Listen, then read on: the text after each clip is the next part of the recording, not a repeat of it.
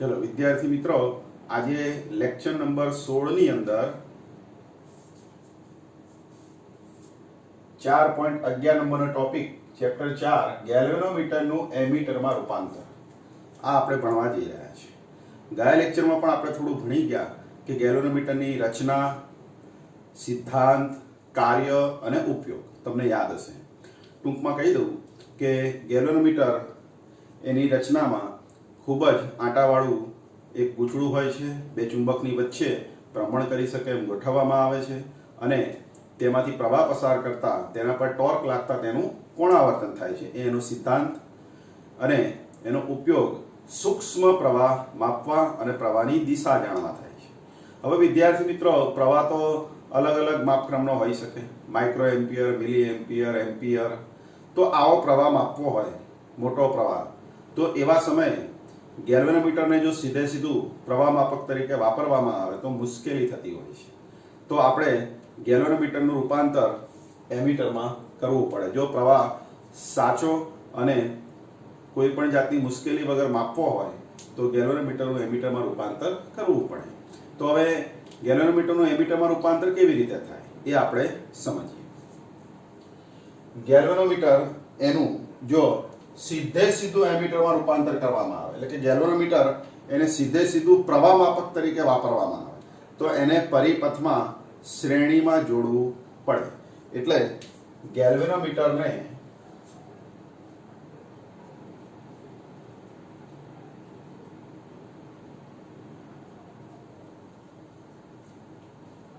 સીધે સીધું પ્રવાહ માપક તરીકે વાપરવામાં આવે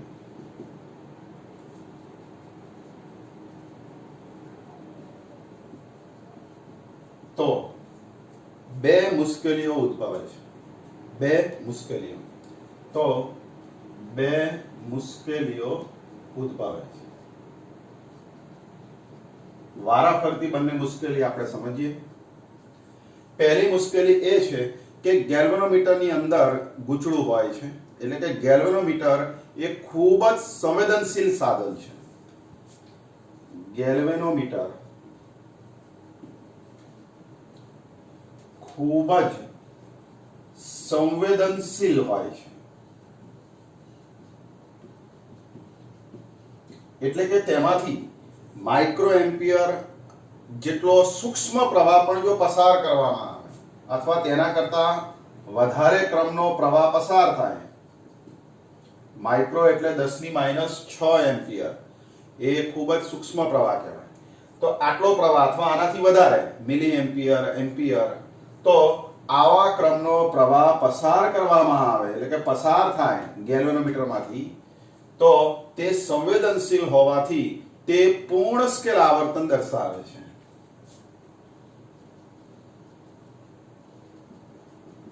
તે પૂર્ણ સ્કેલ આવર્તન દર્શાવે છે।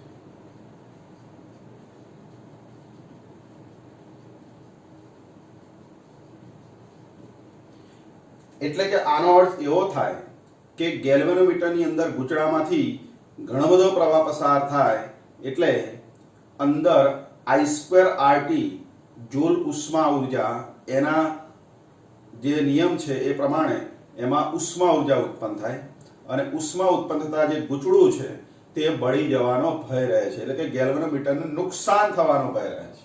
એટલે વિદ્યાર્થી મિત્રો, ગેલ્વેનોમીટર એ સંવેદનશીલ હોવાથી આ ક્રમનો પ્રવાહ પસાર થાય તો પૂર્ણ સ્કેલ આવર્તન થતા તે બળી જવાનો ભય રહે છે, તેને નુકસાન થવાનો ભય રહે છે। એટલે આ પહેલી મુશ્કેલી છે। બીજી મુશ્કેલી કે ગેલ્વેનોમીટરનો અવરોધ એ ઊંચો હોય છે, લગભગ 100 ઓહ્મની આસપાસ હોય છે। તો ગેલ્વેનોમીટરનો અવરોધ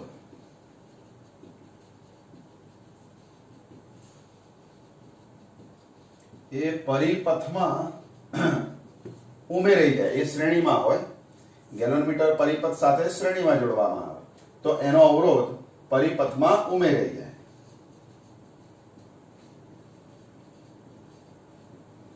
અને એના કારણે કે ગેલ્વેનોમીટરનો અવરોધ પરિપથમાં ઉમેરાઈ જાય એટલે પરિપથમાં જે પ્રવાહ વહેતો હોય છે એ પ્રવાહ ઘટી જાય છે, અવરોધ વધી જાય તો પ્રવાહ ઘટી જાય છે, એટલે કે સાચો પ્રવાહ માપી શકાતો નથી. ગેલોનોમીટરની મદદથી સાચો પ્રવાહ મપાતો નથી, એટલે કે પ્રવાહ ઘટી જતા સાચો પ્રવાહ માપી શકાતો નથી. તો વિદ્યાર્થી મિત્રો, ગેલ્વેનોમીટરને સીધે સીધું પ્રવાહ માપક તરીકે વાપરવામાં આવે તો બે મુશ્કેલી ઉદ્ભવે છે.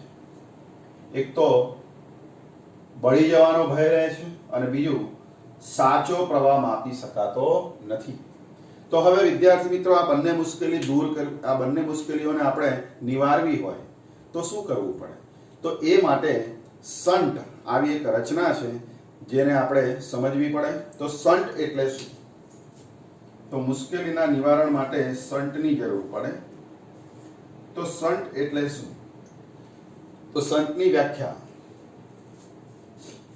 ગેલ્વેનોમીટરને સમાંતર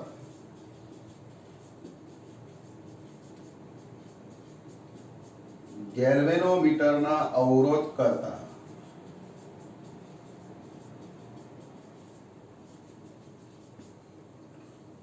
ઓછા મૂલ્યનો અવરોધ જોડવામાં આવે છે તેને શન્ટ કહે છે.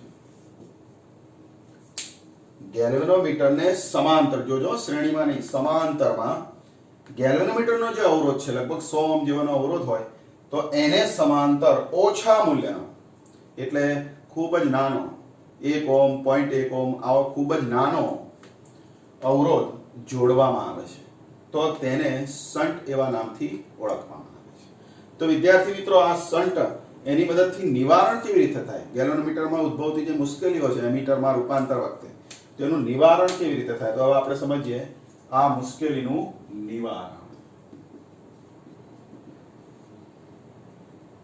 વિદ્યાર્થી મિત્રો, કે તમે જાણો છો કે ગેલ્વેનોમીટર એને દર્શાવવા માટે આવો એક સિમ્બોલ છે, રાઉન્ડ કરી વર્તુળ દોરી અને આવી રીતે અંદર તીર દોરો તો આને કહેવાય ગેલ્વેનોમીટર, અથવા જી વડે પણ એને દર્શાવી શકાય. એટલે એકલો જી લખશો તો આનો મતલબ થાય કે આ ગેલ્વેનોમીટરનો સિમ્બોલ છે. ગેલ્વેનોમીટરના આ બે છેડાઓ છે, એમાં ગેલ્વેનોમીટરનો જે અવરોધ છે, આનો અવરોધ એ આની અંદર ગૂંચળાને અવરોધ હોય એ અહીંયા બાજુમાં આપણે બહાર દર્શાવીશું આરજી વડે. આરજી એટલે રેઝિસ્ટન્સ ઓફ ગેલ્વેનોમીટર, ગેલ્વેનોમીટરનો અવરોધ. હવે વિદ્યાર્થી મિત્રો, કે આ જે ગેલ્વેનોમીટર એનો આ અવરોધ, તો આને સમાંતર શન્ટ જોડવામાં આવે. એટલે અહીંયા નીચે આપણે દોરીએ કે આ ગેલ્વેનોમીટર અને આ એનો અવરોધ, એને સમાંતર જો અહીંયા શન્ટ જોડવામાં આવે, શન્ટને RS વડે દર્શાવવામાં આવે છે. S ફોર શન્ટ અને R ફોર રેઝિસ્ટન્સ, એટલે શન્ટનો અવરોધ RS. એટલે તો આ રીતે શન્ટ છે એ શન્ટને ગેલ્વેનોમીટર, આખું ગેલ્વેનોમીટર ગણવાનું, એને સમાંતર જોડવામાં આવે તો આને કહેવાય શન્ટ. તો ગેલ્વેનોમીટરને સમાંતર આ લઘુ અવરોધ એ જોડવામાં આવે તો બંને મુશ્કેલી દૂર થાય છે. એટલે આને આપણે આવી રીતે દર્શાવીશું. આ ત્રુટક લાઈનનો અર્થ એવો થાય છે કે આ આખી રચના એ એમીટર છે. આને એમીટર એવા નામથી આપણે ઓળખીશું કે ગેલ્વેનોમીટરને સમાંતર શન્ટ જોડતા આ રચનાને એમીટર કહેવાય. તો હવે આ શન્ટ જોડવાથી મુશ્કેલી કેવી રીતે દૂર થાય? તો પહેલી મુશ્કેલી હતી કે ગૂંચળું બળી જવાની શક્યતા હતી, પરંતુ આ શન્ટનો અવરોધ ગેલ્વેનોમીટરના અવરોધ કરતા ખૂબ જ નાનો હોવાથી અહીંથી જે પણ પ્રવાહ જશે એ પ્રવાહના બે ભાગ અહીંયા પડશે. ધારો કે આમાં I પ્રવાહ જતો હોય તો IG જેટલો પ્રવાહ ગેલ્વેનોમીટરમાંથી જાય તો બાકીનો પ્રવાહ I ઓછા IG એટલે કે IS એ શંટમાંથી જશે. હવે પ્રવાહના બે ભાગ કેવી રીતે પડે તો કે સમાંતરમાં વધારે અવરોધમાંથી ઓછો પ્રવાહ અને ઓછા અવરોધમાંથી વધુ પ્રવાહ. એટલે અહીંયા પ્રવાહના બે ભાગ એવી રીતે પડશે કે ઓછા અવરોધમાંથી વધુ પ્રવાહ, વધારે અવરોધમાંથી ઓછો પ્રવાહ. એટલે ગેલ્વેનોમીટરમાંથી ઓછો પ્રવાહ જાય કેમ કે આ અવરોધ નાનો હોવાથી મોટા ભાગનો પ્રવાહ શંટમાંથી જાય. એટલે ગેલ્વેનોમીટર એ સંવેદનશીલ છે એટલે બળી જવાનો ભય રહેતો નથી. એટલે શંટનું મૂલ્ય નાનું હોવાથી મોટા ભાગનો પ્રવાહ શંટમાંથી જતા ગેલ્વેનોમીટરને નુકસાન થતું નથી, બળી જતું નથી. આવી રીતે પહેલી મુશ્કેલીનું નિવારણ થાય છે. બીજી મુશ્કેલી ગેલ્વેનોમીટર સાચો પ્રવાહ માપી શકાતો નથી. તો વિદ્યાર્થી મિત્રો આનો અવરોધ પરિપથમાં ઉમેરાઈ જાય છે. આ ગેલ્વેનોમીટરનો અવરોધ આની સાથે જે પરિપથ હોય એમાં ઉમેરાઈ જાય છે. પરંતુ સમાંતરમાં શંટ જોડો એટલે આ બંનેનો સમતુલ્ય અવરોધ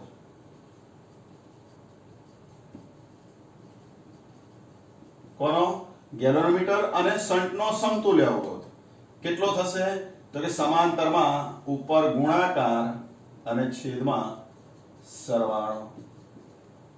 પરંતુ Rg નું મૂલ્ય Rs કરતા ખૂબ જ મોટું હોય છે. Rg is very greater than Rs. તો આનું મૂલ્ય મોટું હોય અને આનું મૂલ્ય નાનું હોય તો સરવાળામાં જે Rs આવે છે એને આપણે અવગણી શકીએ, આને અવગણી શકીએ. આ ગુણાકારમાં છે, આને નહીં, આને અવગણી શકીએ. આને અવગણીએ તો Rg ઉડી જાય એટલે લગભગ આનું મૂલ્ય શું થઈ જાય Rs જેટલું, એટલે શંટ જેટલું.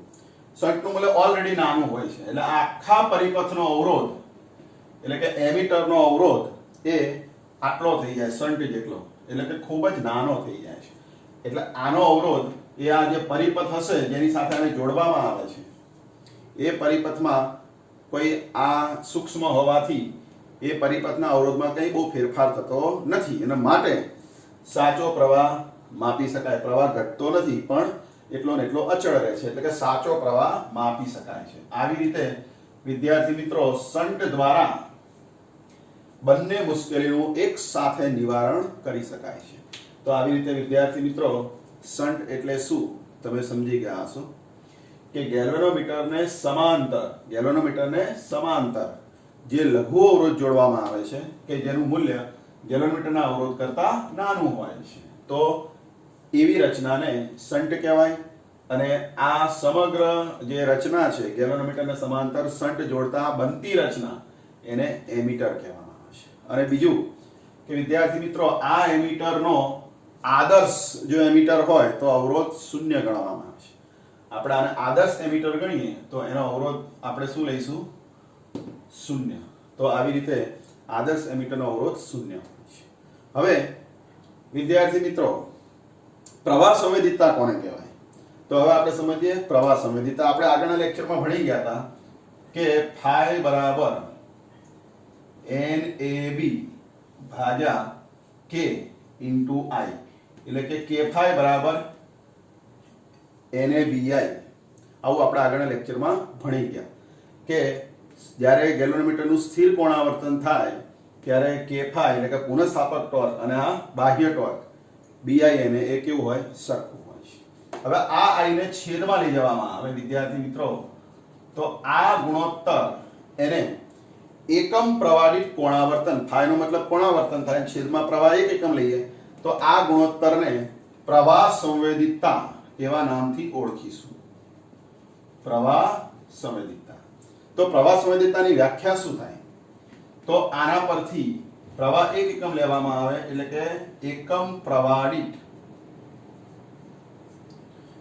કોણાવર્તનને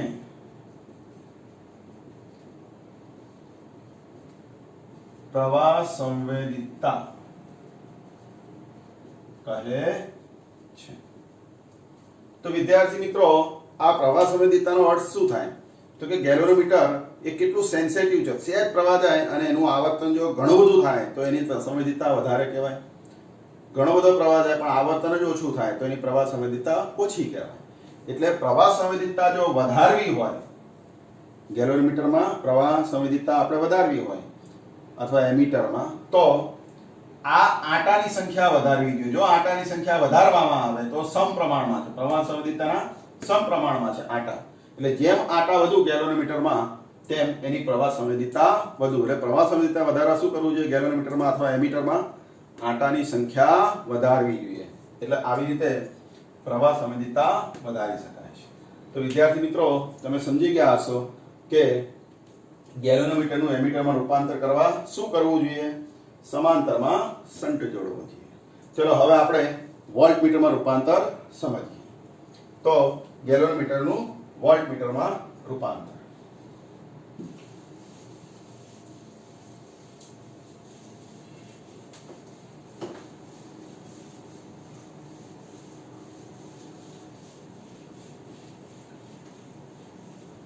બીજું વિદ્યાર્થી મિત્રો, શન્ટનું એક સૂત્ર છે કે તમારે શન્ટનું મૂલ્ય શોધવું હોય તો તમે કેવી રીતે શોધી શકો છો?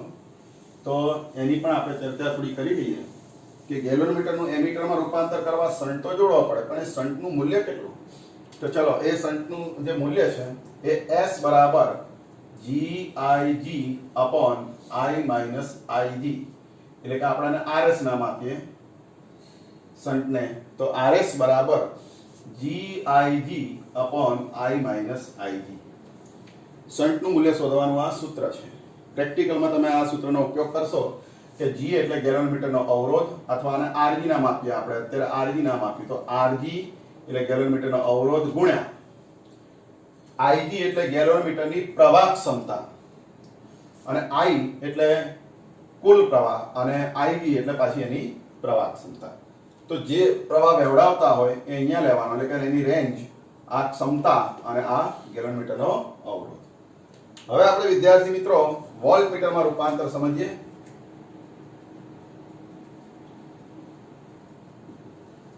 ગેલ્વેનોમીટરનું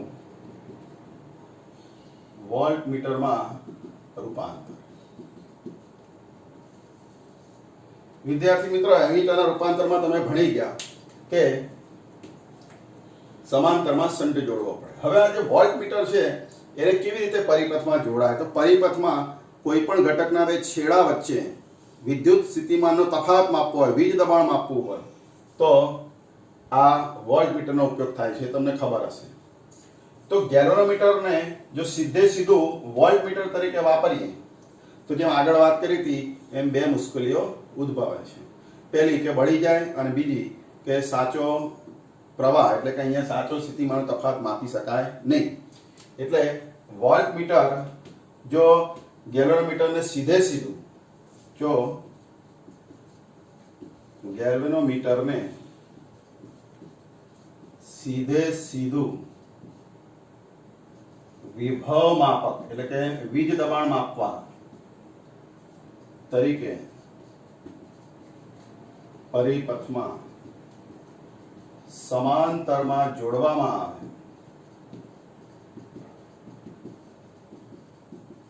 તો સાચો પ્રવાહ એટલે કે બીજા અર્થમાં કહીએ તો સ્થિતિમાનનો તફાવત, સાચો વિદ્યુત સ્થિતિમાનનો તફાવત,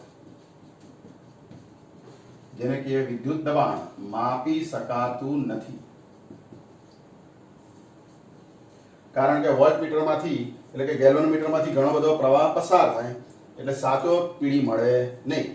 તો પછી કઈ રીતે મપાય? તો એના માટે ગેલ્વેનોમીટરનો અવરોધ જો વધારવામાં આવે, એટલે કે ગેલ્વેનોમીટર સાથે શ્રેણીમાં ગુરુ અવરોધ જોડીએ તો સાચો વિદ્યુત સ્થિતિમાનનો તફાવત માપી શકાય. એટલે કે ગેલ્વેનોમીટર સાથે શ્રેણીમાં, પેલામાં શું હતું એમીટરમાં? સમાંતરમાં. અહીં ગેલ્વેનોમીટર સાથે શ્રેણીમાં ગુરુ અવરોધ, મોટો અવરોધ જોડવામાં આવે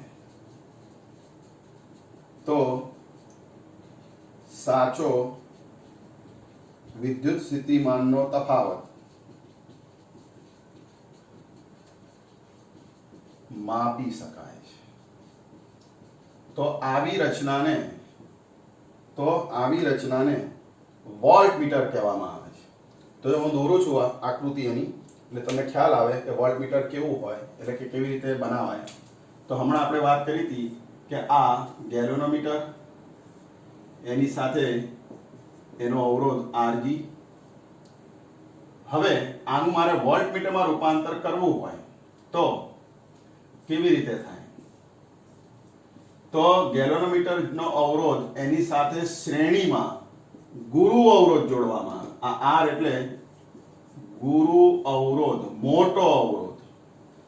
તો આ જે રચના બને, આ રચનાને વોલ્ટમીટર કહેવામાં આવે છે. તો વિદ્યાર્થી મિત્રો, આવી રીતે ગેલ્વેનોમીટરનું રૂપાંતર જો વોલ્ટમીટરમાં કરવું હોય તો આ જે અવરોધ છે ગેલ્વેનોમીટરનો અવરોધ, એની જોડે શ્રેણીમાં ગુરુ અવરોધ જોડવો પડે. અને આવી રીતે ગુરુ અવરોધ જોડીને ગેલ્વેનોમીટર વડે, એટલે કે વોલ્ટમીટર વડે સ્થિતિમાનનો સાચો તફાવત માપી શકાય. હવે જેમ આપણે આગળ વાત કરી હતી કે જેમ શન્ટનું સૂત્ર હોય છે S બરાબર GIG upon I minus IG, એટલે કે RS બરાબર RG IG upon I minus IG. એવી રીતે આનું સૂત્ર જો લખવું હોય કે આ R કેટલો, તો V ભાગ્યા IG minus RG. એટલે કે આ અવરોધનું મૂલ્ય, આમાંથી જે પ્રવાહ વહેતો હોય IG, એટલે કે પ્રવાહ ક્ષમતા, એટલે કે આનું પૂર્ણ સ્કેલ આવર્તન હોય ત્યારે જે પ્રવાહ વહે એને IG કહેવાય. આનો જે વોલ્ટેજ છે આખા વોલ્ટમીટરનો એ અહીંયા V અને Rg એટલે આ ગેલ્વેનોમીટરનો અવરોધ. તો આ રીતે આપણને આ સૂત્ર દ્વારા ગુરુ અવરોધનું મૂલ્ય મળી શકે છે. હવે જેમ આગળ વાત કરી પ્રવાહ સંવેદિતા, એવી રીતે અહીંયા વોલ્ટેજ સંવેદિતા કોને કહેવાય? તો વિદ્યાર્થી મિત્રો, પ્રવાહ સંવેદિતાનું સૂત્ર તમને યાદ હશે, phi બરાબર NAB ભાગ્યા K into I. હવે જો વિદ્યાર્થી મિત્રો આ સૂત્રને બંને બાજુ R વડે, એટલે કે બંને બાજુ આ સૂત્રને V વડે ભાગી નાખીએ, વોલ્ટેજ વડે ભાગી નાખીએ, તો આ ગુણોત્તરને શું કહેવાય? વોલ્ટેજ સંવેદિતા. જો પ્રવાહ હોય તો પ્રવાહ સંવેદિતા અને V હોય તો વોલ્ટેજ, એટલે કે એકમ વોલ્ટેજ દીઠ કોણાવર્તન. એનામાં એકમ પ્રવાહ દીઠ કોણાવર્તન હતું, એના બદલે અહીંયા એકમ વોલ્ટેજ દીઠ કોણાવર્તનને વોલ્ટેજ સંવેદિતા કહે છે. વોલ્ટેજ સંવેદિતા કહે છે. તો વિદ્યાર્થી મિત્રો, વોલ્ટેજ સંવેદિતા એટલે phi upon V. હવે આનું થોડું સાદુરૂપ આપીએ વિદ્યાર્થી મિત્રો કે phi by V એટલે NAB by K. હવે V ભાગ્યા I ને R કહેવાય, તો આ I ભાગ્યા V ને R નો વ્યસ્ત કહેવાય, 1 by R. તો આને કહેવાય વોલ્ટેજ સંવેદિતા શોધવાનું સૂત્ર. તો વિદ્યાર્થી મિત્રો, આવી રીતે વોલ્ટેજ સંવેદિતાનું સૂત્ર આપણે તારવી શકીએ. હવે પ્રશ્ન પરીક્ષામાં આવો પૂછાય કે પ્રવાહ સંવેદિતા અને વોલ્ટેજ સંવેદિતા બંનેમાં શું ડિફરન્સ? માની લો કે ઘૂંટડાના આટાની સંખ્યા વધારવામાં આવે ગેલ્વેનોમીટરમાં, તો પ્રવાહ સંવેદિતા અને વોલ્ટેજ સંવેદિતામાં શું ફેરફાર થાય? તો આપણે જો આટા ડબલ કરવામાં આવે, આટા બમણા કરવામાં આવે, તો પ્રવાહ સંવેદિતામાં I છેદમાં હોય છે અને V કેન્સલ થઈ જાય છે. તો આ બમણો કરો તો phi by I નું મૂલ્ય બમણું થાય, પ્રવાહ સંવેદિતા બમણી થાય. પરંતુ વોલ્ટેજ સંવેદિતા બમણી નહીં થાય. કેમ? આટા બમણા કરો તો અહીંયા 2 આવશે ગુણાકારમાં, તો અવરોધે બમણો થાય, કેમ કે લંબાઈના સમપ્રમાણમાં અવરોધ હોય. એટલે આ ડબલ કરો તો આ ડબલ થાય, 2 ઉડી જાય, વોલ્ટેજ સંવેદિતા બદલાશે નહીં. તો વિદ્યાર્થી મિત્રો, પ્રવાહ સંવેદિતા બમણી થશે આટા વધારતા, પરંતુ એટલે ડબલ કરતા વોલ્ટેજ સંવેદિતા બમણી થશે નહીં. એટલે બંનેમાં ફેરફાર સરખો થતો નથી. તો આવી રીતે એમીટર અને વોલ્ટમીટર એકબીજાથી શું થાય? જુદા પડે છે. બીજું કે વોલ્ટમીટર છે એનો અવરોધ આદર્શ વોલ્ટમીટર હોય તો અનંત હોય છે. આ વોલ્ટમીટરનો અવરોધ એ આદર્શ હોય તો અનંત હોય છે. અત્યારે જો આનો અવરોધ શોધીએ તો કેટલો થાય? બંને શ્રેણીમાં, એટલે Rg વત્તા R. એમાં R મોટો હોય Rg કરતા, તો આનું મૂલ્ય લગભગ R જેટલું થાય. એટલે વિદ્યાર્થી મિત્રો કે વોલ્ટમીટરનો અવરોધ એ ખૂબ ઊંચો હોય છે અને એમીટરનો અવરોધ એ ખૂબ નીચો હોય છે. પણ આદર્શ હોય તો એમીટરનો અવરોધ 0 અને વોલ્ટમીટરનો અવરોધ અનંત. આનો ઉપયોગ વિદ્યાર્થી મિત્રો તમે કોમ્પિટિટિવ એક્ઝામમાં આવા સૂત્રનો ઉપયોગ પૂછાતો હોય છે. તો તમે એને તૈયાર કરશો. હવે આના પર આધારિત આ સૂત્ર ઉપર એટલે કે આ ટોપિક ઉપર આધારિત ઉદાહરણ નંબર 4.13 છે એ આપણે અત્યારે ગણીશું અને આ ચેપ્ટર પૂરું કરીશું. તો આ ચેપ્ટરનો આ છેલ્લો લેક્ચર છે એટલે આપણે ઉદાહરણ 4.13 ગણીએ અને આ ચેપ્ટરને પૂરું કરીશું. તો ત્યાં સુધી આ સૂત્રો તૈયાર કરો.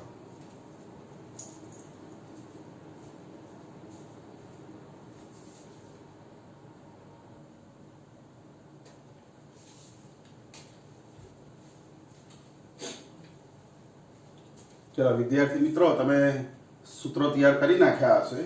હવે ઉદાહરણ 4.13 એટલે કે આ ચેપ્ટર 4 નો છેલ્લો એક્ઝામ્પલ 13 મો આપણે ગણવા જઈ રહ્યા છે, જેની રકમ આ પ્રમાણે છે. આપેલ પરિપથમાં વિદ્યુત પ્રવાહ માપવાનો છે. આ પરિપથ છે, એમાં વિદ્યુત પ્રવાહ આ માપવાનો છે.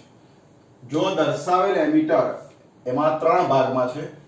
Rg 60 ઓહ્મ અવરોધનું ગેલોરીમીટર હોય એટલે કે આ ગેલોરીમીટર હોય 60 ઓહ્મનું, તો આમાંથી પ્રવાહ કેટલો? બીજા નંબરે, જો ગેલોરીમીટર ને સમાંતર શન્ટ 0.02 ઓહ્મનો જોડવામાં આવે તો આમાં કેટલો પ્રવાહ પસાર થાય? અને ત્રીજા નંબરે, શૂન્ય અવરોધ વાળું એમીટર હોય, આનો અવરોધ શૂન્ય હોય તો વિદ્યુત પ્રવાહ આમાંથી કેટલો પસાર થાય? તો આપણે ત્રણેય કિસ્સાઓમાં પ્રવાહ શોધવાનો છે. આ ગેલોરીમીટર હોય ત્યારે, આ એમીટર હોય ત્યારે અને આદર્શ એમીટર હોય ત્યારે પ્રવાહ કેટલો? ચલો વારાફરતી આપણે એક એક વસ્તુ શોધીએ. તો સૌપ્રથમ આ એમીટર ના હોય પણ માત્ર ગેલોરીમીટર હોય, આ ભાગ ગેલોરીમીટર હોય તો અહીંયા ગેલોરીમીટર હોય ત્યારે